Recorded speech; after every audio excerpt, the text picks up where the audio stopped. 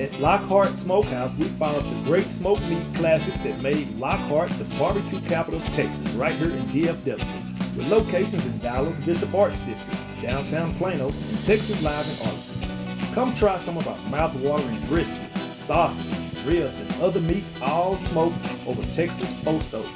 Rounded off with some Southern classic sides and some Smith family favorites. Check us out at www.lockhartsmokehouse.com. Catering available.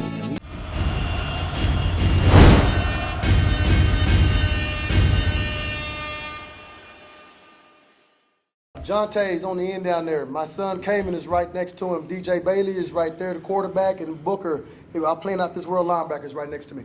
And Booker's first name? Brandon. All right. Questions? I want to say congratulations, first of all. I know it's been a long journey for you. My question to you would be, for you, your family, your kids, y'all come to something that nobody has accomplished for a while. Dad win one, kids win one. How does it make you feel? First of all, I want to say, Alum, glad to have you, man. You know my journey. Straight up. It's a journey, man. It's a journey. And to have these players understand what I've been through, and for them to understand that it's all about us. And then my son came in, they always said it, I always picked on it because it's coach's son. And he went through hell. And he had to prove to everybody. And coach is picking on him during the game, coming after him because his last name. But he's mentally tough to handle it. But these guys on the stage had his back. And just to have my family up here, and they understand our family. This is one family right here. And they took us all in. And man, the only thing I can say is we stay champions, but it means the world to me. Coach, just talk about what it means from South Dallas County. You guys won, SOC won. Duncanville's playing tonight. Yeah, you know what, it meant a lot to me, Todd. I know we've had some battles. That's an understatement, though. Me and Coach Todd had some battles. But he reached out to me last night, and that meant the world to me. And he told everybody this morning he needed everybody to come out and support South Dallas. So with them winning and us winning it, it means a lot for our communities. It really does. And I'm glad to sit on this stage and say that. And it does, man. I'm just telling you, man. It's one big community. When you see Duncanville up in the stands cheering for you, South Oak Cliffs cheering, DeSoto, this is the one time we all came together. And it was time for us to come together. And hopefully Sam can pull this thing off, but it means the world for South Dallas right now. To the players, what does it mean to get Coach Mathis that state championship? I answer this one. This means everything for us. You know, the passion he coaches with, we feed off of it, and we could tell it meant a lot to him, and it meant a lot to us, and we couldn't let him down. This is our last year playing for him, us seniors, me and Jonte, and we was preaching in the summer, 1 down, 1 to go, after we won the state 7-on-7 championship, and so it was all for him. We are a brotherhood, and I'm glad we got the thing done. Yes, sir. CJ, just talk real fast about the journey for you. You missed on last year with a broken hand. Now you're a state champion. What's that mean? All right, man. It means great to me, man. I missed half of the season last season because I broke my hand in the first game. But to come here all season and work hard, to see Coach Mathis with a smile on his face and that trophy in his hand, it feels real great. I'm going to tell you about that guy. I brought him over. He came over the sideline because I thought he had made a bad read. And he said, I didn't make a bad read. I said, if you ever talk back to me, I did. But he kept his poise because he's the leader of this team. In the first half, he shook off. But what a hell of a second half he came out with. But that's the poise that kid has right there. And guys, he's taken a lot on this year. A lot. And he can take it. I guarantee you right now, I wouldn't trade any quarterback in the world for him. Never. I'm going to throw this out there for any of you, really, whoever wants to jump in and answer first. We talked the other day about the District of Doom. Yes. And how the gauntlet of going against Duncanville, Cedar Hill, Waxahachie, things like that, prepares you for the postseason. Our preseason, I don't back down from nobody. Okay. And I wanted to play St. Francis. Didn't know a lot about them, but I knew they were really good. That game changed us. It changed me. No doubt. That was the turning point. Really, that was the turning point of our season right there was the St. Francis game. And I know we're in the District of Doom, but guys, there was nobody else better than St. Francis we played this year. And we knew we marched it down the field all game with those guys just couldn't punch it in, but we were battle tested. And I keep using that word, those two words, battle tested. So we weren't really worried about anybody else. We just knew we had to play. but they prepared us and they changed me coaching-wise as well because I was very hard on our kids until I found out it was 18, 19, 20-year-olds. I was very proud of our kids. So St. Francis was the They were grown, was the turning point. But the District of Doom guys, that's one tough district, man. That district will prepare you for anything. Nah, I say something on that one. To your question, the District of Doom, to answer it, how it got us ready, but we got 2 teams out of the District of Doom in the state championship right now. Goddamn right. One gets it, we just got the job done, now we got one more competing. So that just tells you alone how competitive it is. Coach, first off, congratulations. Thank you. You got to watch this group win a ring from afar in 2016. I know it's been a long, interesting, winding path to get here. How does it feel to have your own? It feels great. It really does, but it feels a lot better sharing it with these guys up here and those guys in the locker room. I've been knowing these guys for a long time. I've been knowing these kids for a long time. Grew up with them, man, and it's just so special to see them up here smiling. And they told me they were going to win state for me, and they did. But just to have it for these guys and the guys in their locker room and this coaching staff, it means everything to me. Okay, I'm from Austin. Question, you couldn't have asked for a better end to your chapter as a high school athlete than today. What do you envision is going to happen at the next step when you put on burnt orange? I mean, nothing but success. I mean, I'm gonna go in with my nose down, hard working, just trying to learn the playbook when I first get there. And then when I get my opportunity, y'all know what I do. I make plays. So. I love it. Where's my hat? I gotta get a hat. Y'all know what I do. I make plays. The physicality of your running backs and the speed of the outside. You guys did over 600 yards today.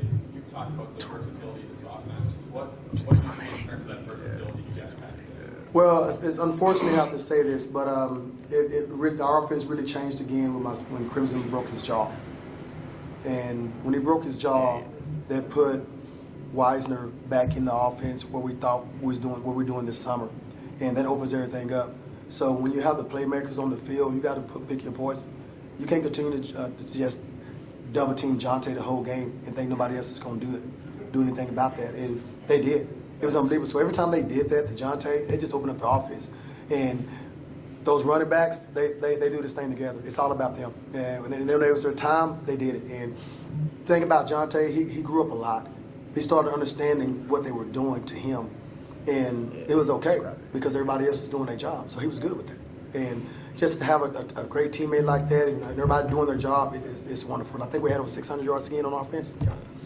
Coach, every season it seems has a particular point where you point to it and say that was our turning point. That's where I knew we might be able to do something special. What was it for DeSoto? I want to say St. Francis. I go back to that game right there. No doubt. They were that good.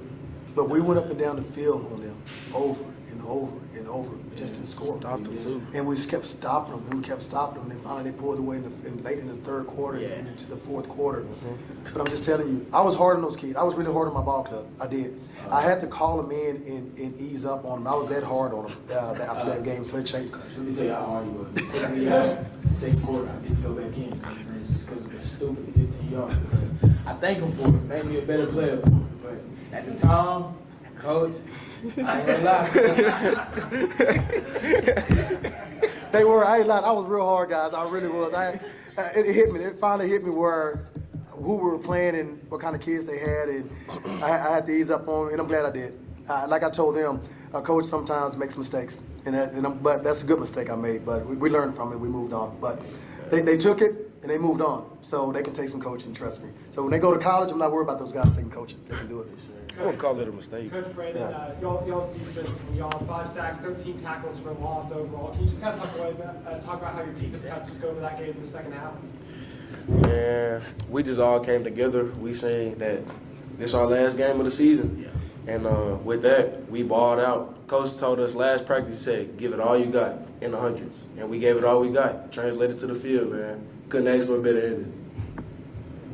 Coach, I have one thing for you. I remember y'all were playing Walker Patch. I won't forget, I think it was a Havoc team, the little Pop Warner team. Yes. And I know the kids remember that they were all excited seeing their kids as well. But to them, they're giants, and seeing their expressions on their face. And then I just saw other young men that were congratulating them Now, how does it feel bringing these kids and mentoring these kids and this legacy that you're about to bring? It's our future, and our future is very bright. And the upcoming Pop Warner teams coming to DeSoto and playing at DeSoto, those kids are in our feeder system. And you know, it's one of those things where they see these guys up here doing their thing. It's called tradition, but it's called the culture that we have here. And once these guys have laid the foundation, which they have, it's more than one ring is going to come. I promise you that. Coach, how important was winning the 7-on-7 state tournament for you? Well, you know what? It was hard. It was very hard, but they proved everybody wrong again. And I'm going on record, guys. I don't think there's ever been a 7-on-7 state championship in a Class 6A state championship. I don't think that's ever happened. I wanted to go on record and say that, but it's a first now.